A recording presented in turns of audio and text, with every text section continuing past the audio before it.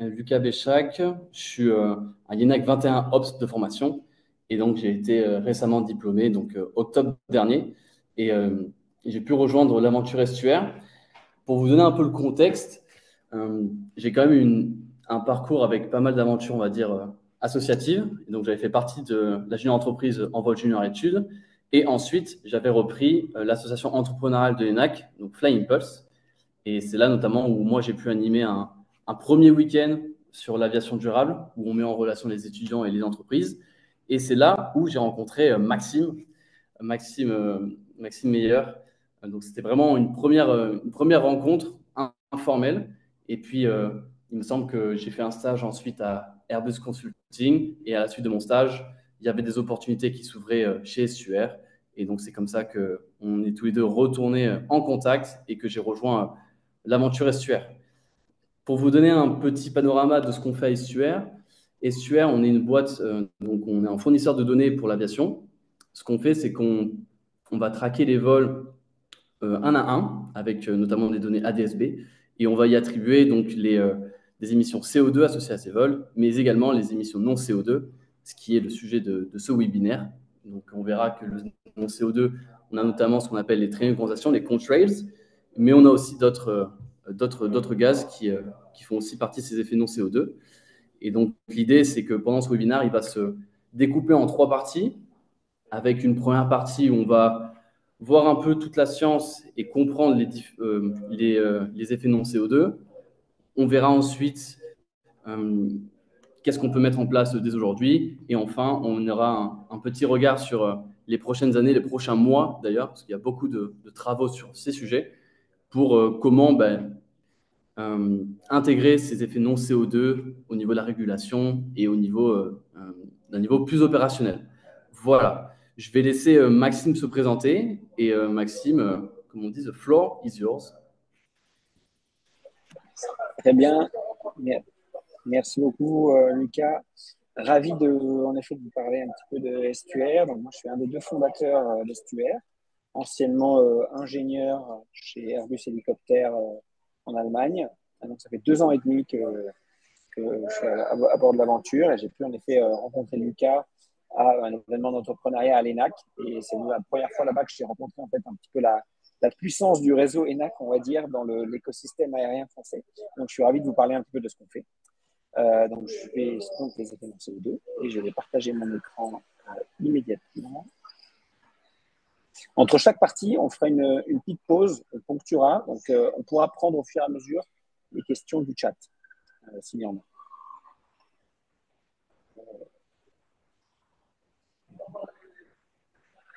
Les effets non CO2. Alors, on commence avec un slide un peu barbare, qui est une présentation que vous connaissez peut-être, qui est l'impact climatique de l'aviation, selon des chercheurs à Manchester Metropolitan University. Ce chart est souvent cité dans les rapports du GIEC. Et ce qui est choquant, c'est que les gros impacts de l'aviation sur le réchauffement climatique, le plus gros n'est pas forcément ici le dioxyde de carbone, mais le premier, les traînées de condensation. Ici, en gros, les contributions réchauffantes de l'aviation sont marquées en rouge et refroidissantes en bleu. Et se distingue finalement un paysage on va dire, de forceurs réchauffants. Donc, au début, en premier, les traînées de condensation, blanches derrière les avions. En deuxième, le CO2. En troisième, l'effet des NOx, des oxydes d'azote. Et en quatrième, une famille d'autres effets qui ont un impact un peu moins. Si on enlève les deux, les effets non CO2 décrivent tout ce qui est 1, 3 et 4 dans ce chart. Et donc aujourd'hui, pour chacun, on va dire, de ces effets, se sont développés, et en particulier récemment, des techniques de modélisation de plus en plus fines. Historiquement, ce qu'on faisait, vous l'avez peut-être vu dans des rapports de comptabilité carbone, dans les bases de données de l'ADEME en France, on prenait le CO2, on multipliait par 1,7 et on disait que ça représentait, on va dire, tous les effets non CO2. C'est déjà bien parce qu'on compte une partie de cet impact, mais ça ne donne pas vraiment de granularité. Aujourd'hui, plusieurs modèles existent pour mesurer les impacts autres que CO2. On peut chercher à mesurer ces effets sur les avions grâce à des satellites, grâce à des caméras au sol, par exemple, pour les traîner, ou on peut utiliser purement des modèles. c'est-à-dire par exemple un modèle qui va intégrer la trajectoire et de la météo, et essayer de comprendre la dynamique de formation d'un nuage. C'est le cas du modèle POSSI. Et il existe d'autres modèles pour les autres effets de CO2. Alors, le sujet est un petit peu précipité et mis en avant parce que l'Union européenne demande dès le 1er janvier 2025, donc a demandé dès janvier de cette année aux compagnies aériennes de suivre ces effets. Et l'Union européenne, dans ce qui s'appelle dans son schéma MRV, Monitoring, Reporting, Verifying, utilise principalement des modèles, dont on va détailler par la suite. On les détaillera par la suite. Ça, c'est un peu ce qui est écrit dans cette présentation. On va aussi regarder un petit peu ce qui se fait côté image satellite. Donc, voilà. Le but de cette présentation n'est pas non plus de faire une revue complète de la littérature sur les effets dans CO2, mais de montrer quelques approches, et notamment celles qui sont utilisées majoritairement. Première, sur donc, cet effet hors CO2, les traînées de condensation. Détection sur la base des satellites. C'est vraiment le premier effet, la première approche à laquelle on pense. Parce qu'on est finalement confronté à un phénomène qu'on voit assez souvent. Je rappelle que la traînée qui a un impact, c'est vraiment la traînée qui persiste, c'est-à-dire qui dure longtemps après le passage de l'avion et qui va vraiment zébrer le ciel. Le petit filin blanc qui disparaît après l'avion n'a pas d'impact sur le réchauffement climatique. Cette traînée, quand elle persiste, on peut en effet l'observer sur des images satellites. Et le passage répété d'avions crée des zones où finalement une espèce de voile nuageux peut parfois jusqu'à se mettre en place dû au passage répété d'avions sur un ciel initialement clair.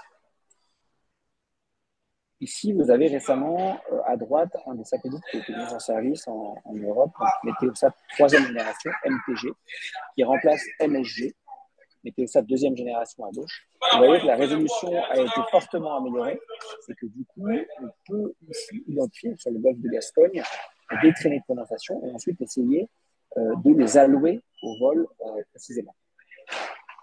La première étape, c'est sur une image, essayer de la retraiter et d'avoir un algo de machine learning qui va identifier ces patterns, ces nuages linéaires qui sont générés par des avions.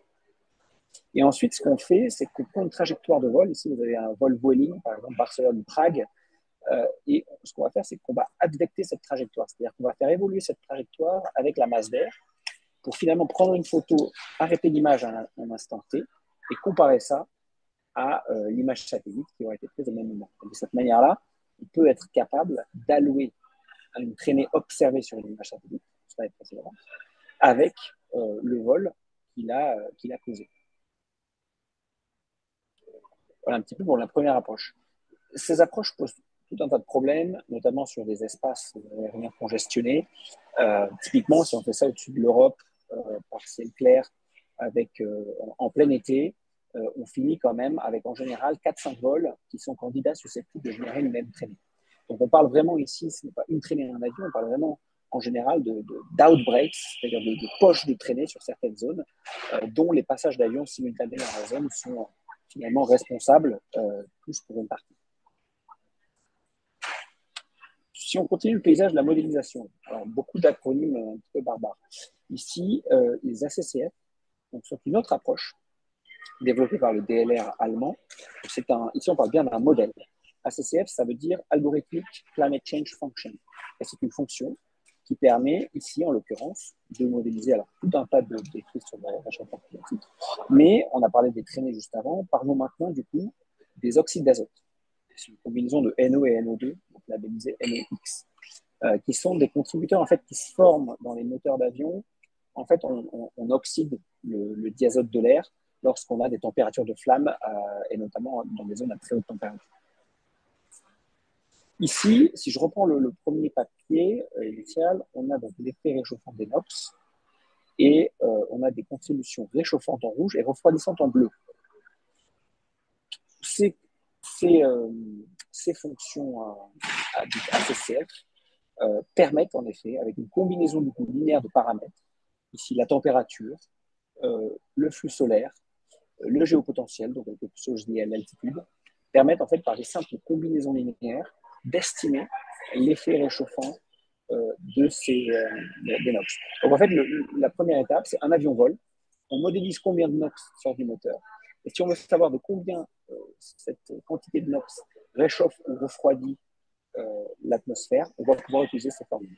Alors, ces formules, il y a des, bon, c'est difficile à présenter, et c'est des combinaisons linéaires très simples où avec quelques paramètres liés à l'emplacement du vol, donc la météo et l'altitude, on a assez d'informations pour estimer ces effets. Donc c'est vraiment la première approche.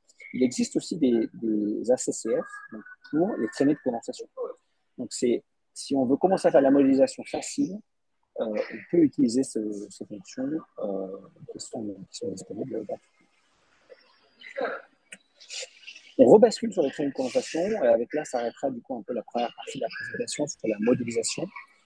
Un algorithme très utilisé pour modéliser les traînées de condensation s'appelle l'algorithme COSIP, également développé par le DLR, donc l'équivalent de l'ONERA mais en Allemagne.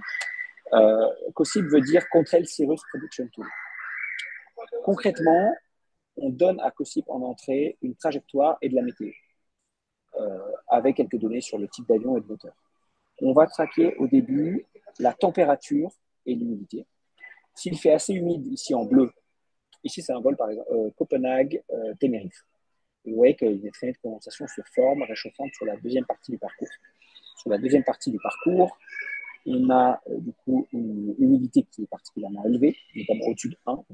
La masse d'air est super saturée en eau, en vapeur d'eau. Et on a des températures assez froides, ici en noir. Ces deux conditions font qu'un nuage va se former derrière l'avion. Et l'algorithme, en fait, calcule la quantité de petits cristaux de glace et son évolution derrière l'avion.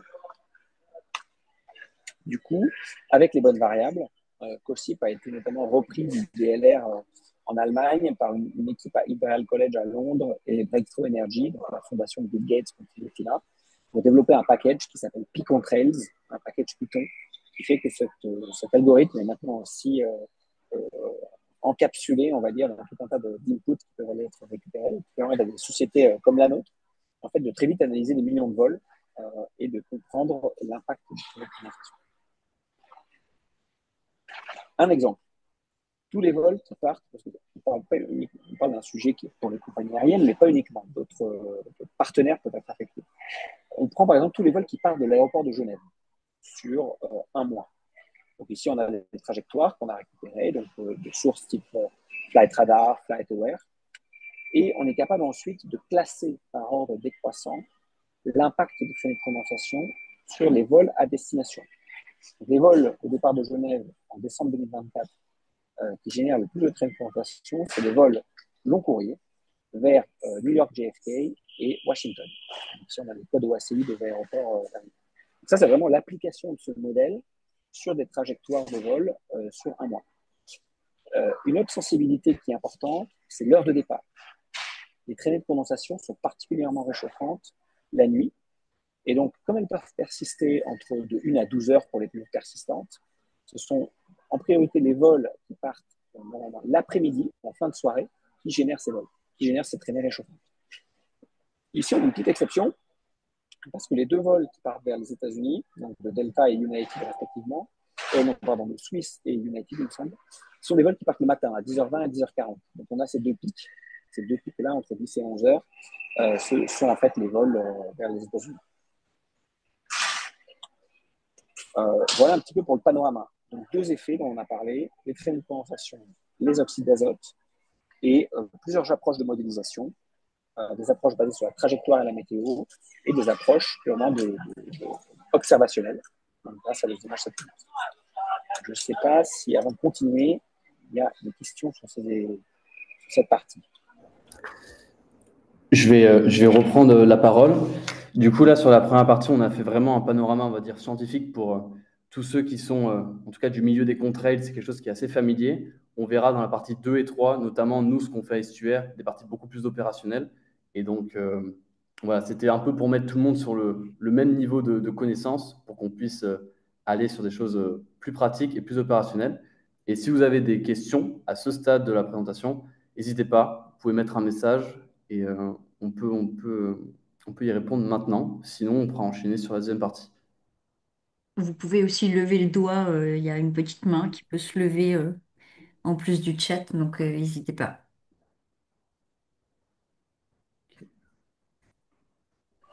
Et on sonne un peu, je regarde. Je pense qu'on est à peu près bon. Je vois pas de main levée, je vois pas de message. Donc, on va repasser à la deuxième partie de la présentation sur ce qu'on peut faire dès aujourd'hui avec différents leviers qu'on va explorer. Et Maxime, je vais te laisser reprendre la main en espérant qu'il n'y ait pas trop de bruit cette fois-ci. Comme ça, ce sera parfait. Ah, attends, j'en ai un Il y a une dernier. question. Ouais. Les effets positifs aggravants des cocktails sur l'effet de serre sont-ils admis par tous aujourd'hui? Ils ne l'étaient pas il y a 10 ans. Aujourd'hui, en effet, le premier graphe que j'ai montré est un graphe qui est dans le rapport du GIEC, et en fait, le consensus scientifique sur l'impact climatique de l'aviation vient de ce rapport, en fait, qui est un petit peu reconnu comme la source de vérité. Donc oui, des effets non CO2 sont reconnus. En fait, un nuage a un effet sur le forçage radiatif, hein, qu'il soit généré par un avion ou pas. Ça, c'est de la physique et de la thermo localement. La microphysique du nuage qui est connue. Le nuage reflète le rayonnement solaire d'un côté et bloque le rayonnement infrarouge de la Terre. Et donc, le fait que les avions créent des nuages parfois en avance et précipitent cette masse d'air, cette masse évidemment de vapeur d'eau, est en effet de plus en plus reconnue. Et beaucoup d'incertitudes sur la quantité, sur cet aspect vol à vol. Mais ces effets il y a consensus aujourd'hui. Un autre point qui illustre ça, c'est que les compagnies aériennes européennes doivent, depuis le janvier de cette année, reporter ces effets via un outil dédié, en plus du CO2. Donc, en effet, ça a pas mal accéléré les 2-3 dernières années. Mais je dirais que le consensus scientifique est présent aujourd'hui, même si sur la magnitude de l'impact, il y a encore des discussions. On a Les effets des non. Oui, tu veux le lire, Lucas?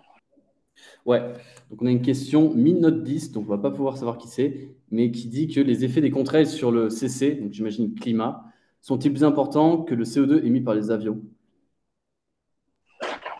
Alors, au global, pour avoir fait un inventaire, pour répondre à cette question, il faut être capable de transformer, de convertir un réchauffement lié à un nuage en équivalent CO2. Cette question pose vraiment la question de la bonne métrique pour comparer l'un à l'autre. Si on rapporte le réchauffement des traînées de condensation au réchauffement du CO2 sur 100 ans, dans ce cas-là, on trouve que l'effet des traînées de condensation, pour avoir fait un inventaire de notre côté, rajoute 30% à l'effet du CO2 seul.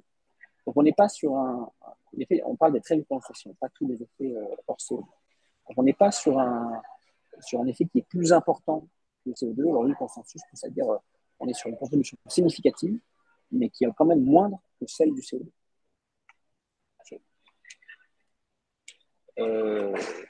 L'industrie aéronautique est-elle réceptive?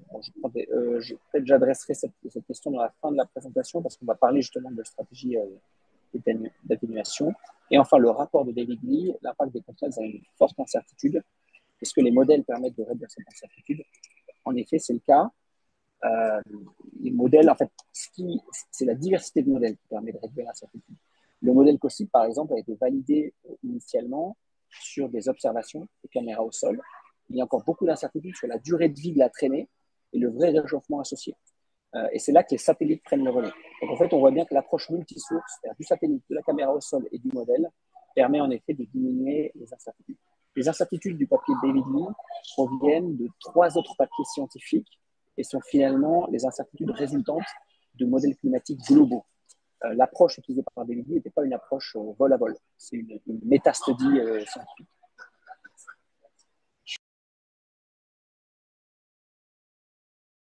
Peut-on observer des effets liés au contraire, quelle que soit la nébulosité en basse couche? Si la question réfère aux caméras au sol, en effet, une caméra simple RGB ne verra pas des traînées de condensation formées au-dessus d'une basse couche. Après, on a des systèmes plus poussés de LIDAR où dans certaines bandes, on est capable d'aller voir au-delà d'une basse couche. Mais en effet, c'est une limitation de ces systèmes sur la détection purement visuelle. On repasse sur la présentation. Ouais. J'ai vu qu'il y avait des commentaires sur le bruit et je suis désolé, j'ai pas eu de choix que d'être dans un aéroport, mais j'espère que c'est quand même lisible. Enfin, intelligible, pardon. On reprendra les questions à la fin de la deuxième partie d'ailleurs. J'en ai vu encore, mais. Ok. qu'on peut faire dès aujourd'hui, de nombreux leviers dont nous sommes maintenant tous familiers, nous, on ajoute un petit peu notre pierre à l'édifice avec ce 8e levier. Au-delà des nouvelles générations d'avions, des nouvelles architectures de moteurs, des SAF, de l'optimisation des trajectoires et d'autres leviers, la sobriété en étant un aussi, on rajoute du coup cette photo sur les effets non CO2. Et alors, comment les intégrer, ces enjeux dans l'avenir de l'aviation? On développe, du coup, au-delà du monitoring, de la gestion complète de traînées de condensation. Concrètement, on commence par du monitoring. On traque, on essaie d'identifier quels sont les vols qui sont les plus générateurs de traînées. Au global, la grande statistique, c'est que seulement 3% des vols génèrent 80% de l'effet réchauffant. Donc, il faut vraiment se focaliser sur ces vols-là qui génèrent ces effets. Ensuite, on identifie ces vols-là, c'est ce que je disais tout juste, les bons itinéraires, les saisons, les types d'appareils, les heures de la journée, les prévisions de météo. Et ensuite, on peut mettre en place des concepts d'atténuation. Et donc là, la première chose à laquelle on pense, c'est des ajustements en altitude. On essaie de rerouter un vol pour qu'il évite une zone qui forme des traînées de condensation. Donc, on utilise des prévisions météo. Le problème de ça, et du plan de vol qui est affiché à l'écran, c'est que si on suggère à une compagnie aérienne de voler plus bas au début du vol pour éviter les traînées, on va générer une surconsommation de fuel. Donc en fait, l'exemple là qui est à l'écran, c'est un mauvais exemple. Parce que nous, chez Estuaire, on se refuse à déclencher des évitements de traînées de condensation qui est une surconsommation de fuel. Pour plusieurs raisons. Le CO2 a aussi un effet réchauffant qui est lui bien connu et sans incertitude. Le fuel ne paye pas pour les traînées de condensation. Donc, je fais d'autres approches. Là, je reprends le vol, on avait vu la trajectoire à décrire juste avant. C'était un vol Vueling Barcelone-Prague. On a les waypoints, on a typiquement le plan de vol. Et ici, donc, on va être capable, en fait, dans un premier cas, travailler en pré-vol et générer une alerte pour le dispatcher dans le centre, dans l'OCC de la compagnie aérienne, on va se baser sur le plan de vol, la masse, la météo qu'on interpelle dessus, et en fonction finalement d'un forçage radiatif simulé, on va être capable de générer une alerte au dispatcher. Dans ce cas-là de vol particulier, deux options. On pourrait faire descendre l'avion en fin de vol, mais il y a aussi une option où, si l'avion est assez léger et que son apport de fuel et sa payload le permet, il peut peut-être même aussi monter en fin de vol quand il est plus léger. Et donc, il y a aussi un évitement par le haut en fin de vol qui aurait été possible. Et donc, on travaille sur ces optimiseurs. Notre but, c'est pas du tout d'être un flight planner ou de développer une solution de flight dispatching qui intégrerait d'autres contraintes, mais de vraiment amener la brique d'optimisation climatique dans les CCO de compagnies aériennes.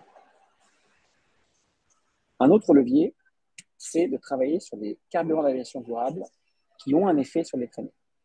Un exemple qui est très parlant, une campagne de mesure du DLR en vol avec un avion qui a un type de moteur et un type de fuel particulier, et un avion qui a un fuel qui est, on va dire, qui a plus de SAF et un type de combustion différente.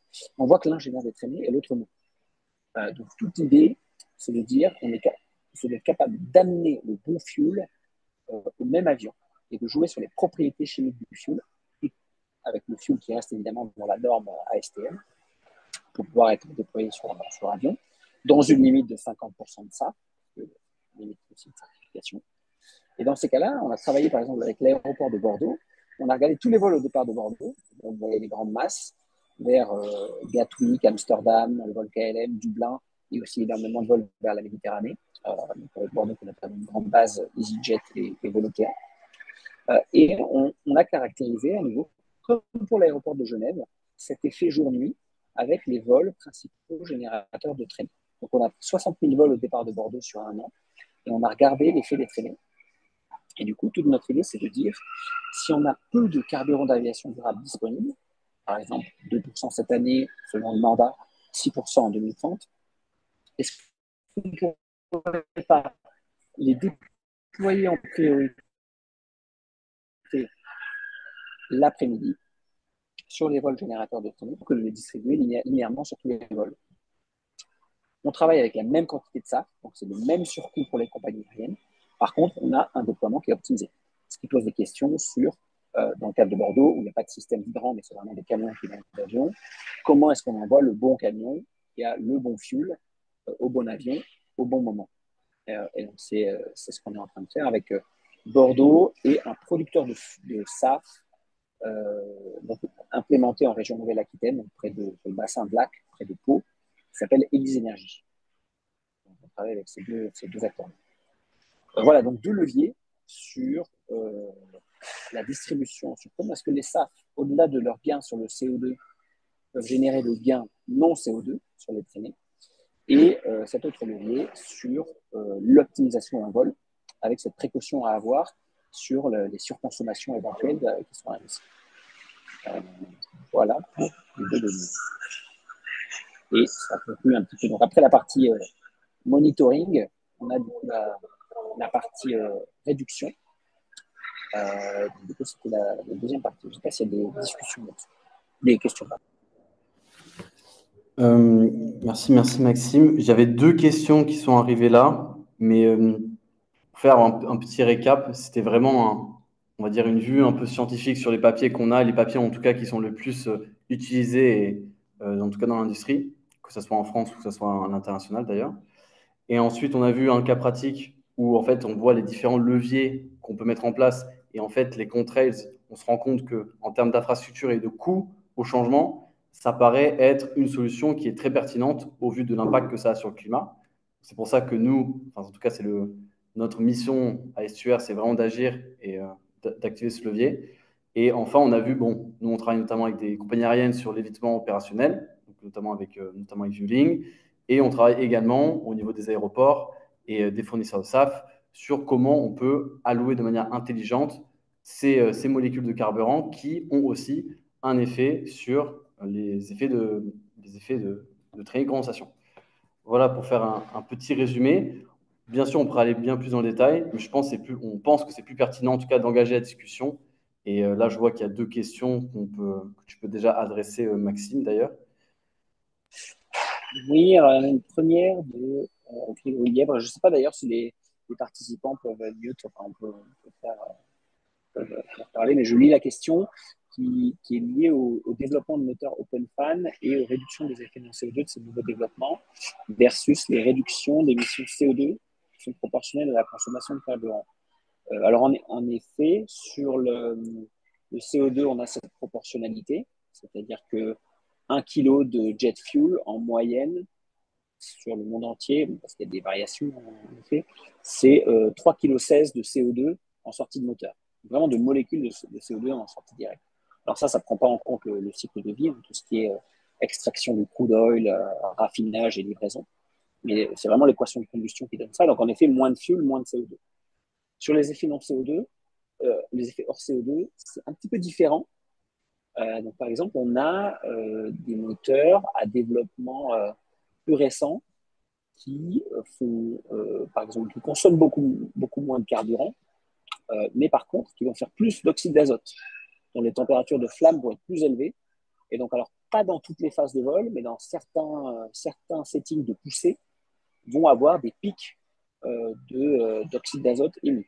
Premier effet non CO2, où là, on peut avoir des moteurs très forts côté CO2 et fuel, mais quand même encore des effets oxyde d'azote. L'effet principal, par exemple, pour reprendre sur l'effet sur les traînées, va être beaucoup lié aux particules en sortie de moteur. Là, c'est vrai que globalement, il y a une corrélation. Les moteurs les plus récents ont tendance à faire moins de particules. Donc vraiment, c'est suisse. On voit sur les vieux avions, les tout premiers jets, un jet qui met plein gaz, un énorme panache noir en sortie de moteur. On fait beaucoup de suie, qui sont des particules non volatiles, qui sont des candidats sur lesquels la traînée va se former et l'humidité va s'activer. Et donc, ces avions sont très propices à ça. Et sur les moteurs récents, pour des questions alors liées aux traînées de condensation, mais aussi tout simplement liées à la santé humaine, mais aux expositions du staff sur les aéroports, on a une diminution des particules. Donc, globalement, avec la connaissance de ces effets, les émissions de particules diminuent sur les moteurs récents. Et c'est le cas, par exemple, pour l'OpenFan, le concept RISE de CFM, ça prend en General Electric. Ces effets, pour le savoir, sont à l'étude et sont considérés dans la boucle globale d'optimisation. ce qui d'ailleurs doit se faire, parce que si demain les compagnies aériennes, aujourd'hui, elles sont monitorées en Europe, mais si demain il y a une taxe sur ces effets, le moteur le plus compétitif est le moteur qui émet le moins, y compris de ces effets de CO2. Donc c'est quelque chose que les motoristes doivent prendre en compte. Nous, on travaille beaucoup avec Safran, côté SQR. Je ne sais pas si ça répond à... C'est toujours difficile de répondre à une question de quelqu'un de l'EASA, parce qu'on a toujours peur de connaître plus sachant que soi, mais...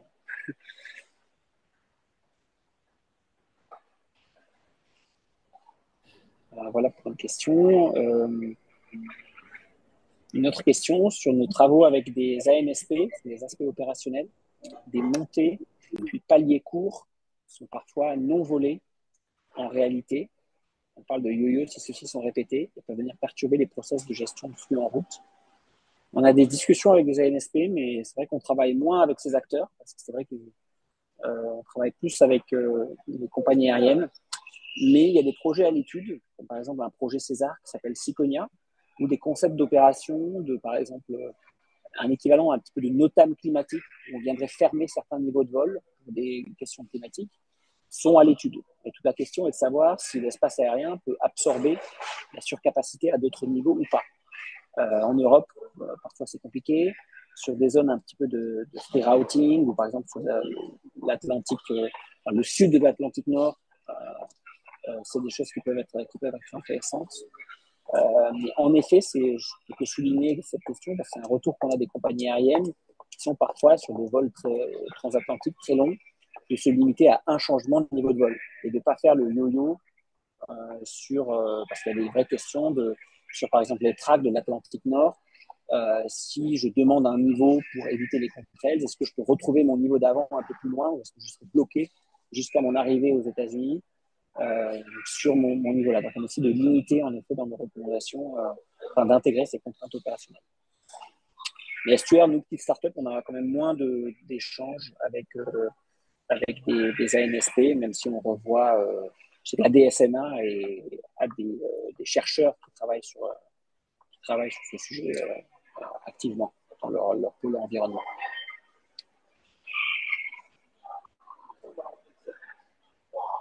Ensuite, une question de Serge. Savez-vous si la propulsion par combustion hydrogène serait-elle plus pénalisante en termes de CO2 que les fuels classiques actuels? Il y a eu des études là-dessus purement théoriques, et un test d'Airbus qui a fait voler un planeur en faisant à haute altitude, en faisant avec une petite turbine où il faisait brûler de l'hydrogène. En effet, quand on brûle de l'hydrogène, donc le seul produit de la combustion, c'est de l'eau. Il n'y a plus de particules fines, on va dire non volatiles. Et donc, en premier ordre, la combustion d'hydrogène, c'est moins de traînées. C'est quelque part un panache, avec une supersaturation derrière le moteur plus forte, donc un panache blanc derrière le moteur plus fort, mais cette traînée durera moins longtemps et aura un effet moindre sur le réchauffement climatique. Quelques exceptions, parce que c'est intéressant dans les tests d'Airbus, donc c'est un projet qui s'appelle Blue Condor, il se trouve qu'en fait, la combustion d'hydrogène, dans leur petite turbine sur le planeur, il y avait en fait des résidus d'huile de lubrification. Et donc cette huile un petit peu se vide et il y avait des particules, on va dire, qui en sortie de moteur créaient des traînées de condensation, même si les seuls produits de la combustion hydrogène, lui, n'étaient pas susceptibles de faire des traînées persistantes. Mais c'est assez intéressant, c'est-à-dire qu'il y a toujours des choses qui sortent de moteur qu'on ne soupçonnait pas. Il y a aussi le simple fait qu'à haute altitude, on a des aérosols ambiants dus aux éruptions volcaniques, aux émissions d'autres avions qui sont passés avant. Et du coup, ces aérosols ambiants sont eux-mêmes susceptibles, dans une atmosphère super saturée en eau, donc à la sortie d'un moteur, de quand même gérer des traînées, même si générer des traînées, même si ce n'est pas ce moteur qui a fait ces particules dessus. Benoît Dazé, je comprends que la stratégie d'évitement d'une zone super saturée repose sur des modèles, et je comprends que vous évaluez les trade-offs entre les effets de surconso. Le modèle qui estime le risque de faire une traînée est plus incertain que le modèle de conso carburant de l'avion. Comment est-ce que vous prenez cette incertitude en compte dans la décision de dévier la trajectoire ou non? Très bonne question. En fait, ce qu'on fait, c'est ce qu'on définit, c'est qu'on essaie d'intégrer la part d'incertitude dans la valeur de traînée. Donc, typiquement, si un vol génère 100 points d'émissions CO2, mais 1 ou 2 petits points d'effet traîné, on va typiquement pas le considérer. ce qu'on fait, c'est qu'on considère un index de forçage radiatif, qui est le rapport de l'un sur l'autre. Et quand traîner sur CO2 est supérieur à 1,5, ou plutôt traîner plus CO2 divisé par CO2, donc les traînées représentent plus de 50% en plus, là, on se dit que ce vol est vraiment on va dire une bombe climatique. Donc, que quelque part l'action, et des recherches scientifiques qui pointent, quelle que soit l'action et quelle que soit la métrique, ce vol vaut le coup. C'est-à-dire, on sait que le forçage radiatif va être fort, que l'incertitude liée à la zone, on va dire le forecast météo est faible, et donc c'est sur ce vol-là qu'on va chercher à évaluer ce trade-off. Et même sur la barre la plus faible de l'incertitude, on aura des gains sur ces effets dans CO2. Et ensuite, du coup, on ouvre le problème de est-ce qu'on surconsomme en CO2 est-ce que c'est un vol où on a en fait nativement une opportunité aussi de fuel efficiency qui n'a pas été récupérée.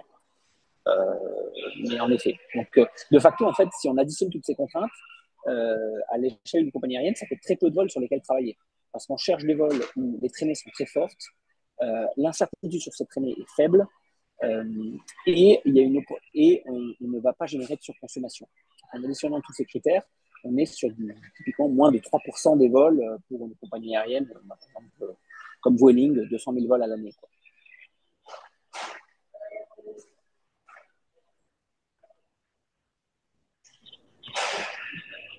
Bah écoute, très bien. Moi, je crois, je sais pas si tu avais adressé, il y avait une autre question que je crois que j'ai revue. Je me rappelle plus si tu avais répondu. C'était, si tu remontes un peu le chat, à Guillaume Barouche qui a dit, mais du coup, la nécessité de caméras au sol risque de fausser l'impact des vols long courriers. Ça, c'était quand on parlait de caméras encore. Alors en fait, les caméras au sol aujourd'hui, du fait de simplement l'installation physique et une contrainte budgétaire, on a par exemple des sociétés comme Reuniwatt qui sont spécialisées dans le développement de caméras au sol et qui développent des réseaux. Mais en effet, les caméras au sol, ils en ont quand même aussi sur bateau même, mais on ne peut pas se baser sur des caméras au sol pour avoir une couverture exhaustive au même titre qu'un satellite. Donc la caméra au sol est beaucoup utilisée pour des campagnes de validation de modèles sur un espace donné, où on va avoir cette source de vérité, parcelle claire notamment, mais on ne va pas utiliser encore de système de caméra au sol pour avoir ce suivi exhaustif. Donc c'est vraiment un appui à des projets de recherche. À terme, il faut vraiment déployer les approches qui scalent ou qu'on peut passer à l'échelle vraiment sont les approches soit satellitaires, soit liées à un modèle lui-même validé et qu'on peut appliquer lié à l'infini. Parce qu'en effet, si jamais on se base uniquement sur les caméras au sol, les longs courriers volant transocéaniques, on n'aurait aucune traînée de ces vols-là qui serait caractérisée. J'imagine que c'est la suggestion de la question. Ok. Et du coup, peut-être je vois pour conclure, s'il n'y a pas d'autres questions, il y avait la question de Amit qui disait est-ce que l'industrie aéronautique elle est réceptive aux stratégies d'atténuation au CO2, enfin au non-CO2? Oui, alors il y a plusieurs écoles. C'est-à-dire qu'il y a l'école un petit peu des convaincus déjà de première heure. On voit en fait que quand un vol génère très fortement des traînées et qu'il s'agit de soit changer la propriété du fuel, soit ajuster son profil de vol, on peut aller chercher des grands climatiques. On voit que c'est un levier qui, comparé à un plan de renouvellement de flotte, des carburants d'aviation durable, c'est un levier qui finalement est très peu cher pour avoir beaucoup d'impact. Donc en euros par tonne de CO2 équivalent, de manière volontaire, on a un petit peu des premières entreprises, des compagnies aériennes, des aéroports qui se positionnent pour déployer ça. En effet, on va dire après, il y a une deuxième vague d'acteurs, en particulier en Europe, qui sont plutôt contraints. Ces acteurs-là, finalement, ont appris au 1er janvier que maintenant, les effets non CO2 doivent être suivis, que demain, il y aurait peut-être une inclusion et donc un prix qui est mis sur ces effets non CO2. Et donc, quand on touche au porte-monnaie, évidemment, ça touche à l'action. Et donc, vous êtes pas sans savoir que voilà, sur le sujet de l'impact climatique, le monde est un petit peu en train de se polariser sur ces sujets, vu les événements politiques récents. Et du coup, c'est un sujet qui est encore quand même très européen. Les Américains regardent aussi. Mais c'est un sujet qui est très européen, ne serait-ce que pour la réglementation. Donc, encore naissant. Mais si vous voulez, par exemple, je peux montrer quelque chose. Allez, je prends le risque de l'effet live. En plus, c'est intéressant. Si je regarde Google Flight, hop, aujourd'hui, vous voyez mon écran, hop, j'ouvre Google Flight. Depuis quelques jours, je regarde par exemple hop, Paris, New York. Vous voyez bien mon écran? Oui, Yes. c'est bon. Je vois Paris, New York, décembre, par exemple, vous voulez 18 décembre au 25 pour Noël. Je vais sélectionner des vols. Donc là, j'ai plusieurs scénarios. Je regarde le vol Air France. Depuis peu, j'ai Contrail Warming Potential, low. Et donc, j'ai des informations sur le CO2 qui sont la native. Donc là, j'ai un vol, en l'occurrence, Air France met un 777. Donc, j'ai plus 6%. Là, j'ai Delta qui met un 767. C'est bizarre, hein. Il fait moins d'émissions, 767. Mais bon. En tout cas, il y a un modèle qui est derrière. Et à côté, derrière, on a quand même Contrail Warming Potential. On a un qui est medium, un qui est low. Donc, on a des premiers éléments qualitatifs. Google Flight s'est refusé à mettre des valeurs quantitatives aussi parce que voilà, il y a ces barres d'incertitude. Mais voilà, petit à petit, tout ça pour illustrer que le sujet voilà, prend son chemin vers le grand public. C'est une question, ça va au-delà de la réception de l'industrie, mais voilà, des acteurs non aéronautiques commencent à parler de ça. On a une autre question de Vanille, que je connais personnellement. Est-ce que les modèles sont suffisamment stables pour que les zones à forte probabilité de contrails en vol soient celles déjà prévues avant le décollage, une fois en vol, ou peut-on s'attendre après l'introduction de FFICE-R2 ou dès à présent à des révisions de trajectoire en vol pour les éviter? Alors, je ne suis pas familier de FFICER2. C'est peut-être lié aux zones de supersaturation d'eau par rapport à la glace, j'imagine, c'est ICE. Mais en effet, les meilleurs modèles, c'est un format de plan de vol. Okay. D'accord. Alors, nous, on travaille avec un format de plan de vol qui est ARINC 633. C'est d'ailleurs intéressant. Je ne savais pas qu'il y avait de nouveaux formats. On apprend un petit peu en faisant. C'est souvent avec ce format XML qu'on travaille. Mais le format de plan de vol mis de côté, en effet, 6 heures avant, on a quand même une bonne information sur le forecast, sur la présence de zones super saturées en eau par rapport à la glace, quoi, de ces zones de traînée et sur les zones à forte probabilité de condensation. 12 heures avant, enfin c'est des multiples de 6 en général, 12 ou 18 heures avant, c'est plus compliqué de l'avoir. On sait qu'on va avoir une poche de traînée, mais pour savoir si c'est exactement où passe l'avion, c'est plus compliqué. Et sur les vols dont la durée de vie est supérieure à 6 heures, si l'avion est connecté à un service de météo, on est capable de faire des refreshs et de aussi travailler sur des concepts d'évitement qui ne sont pas forcément liés à uniquement du pré-vol et du flight dispatch, mais du en-vol où on envoie directement l'information d'évitement au pilote. C'est aussi un levier. Et merci pour l'update sur le nouveau format.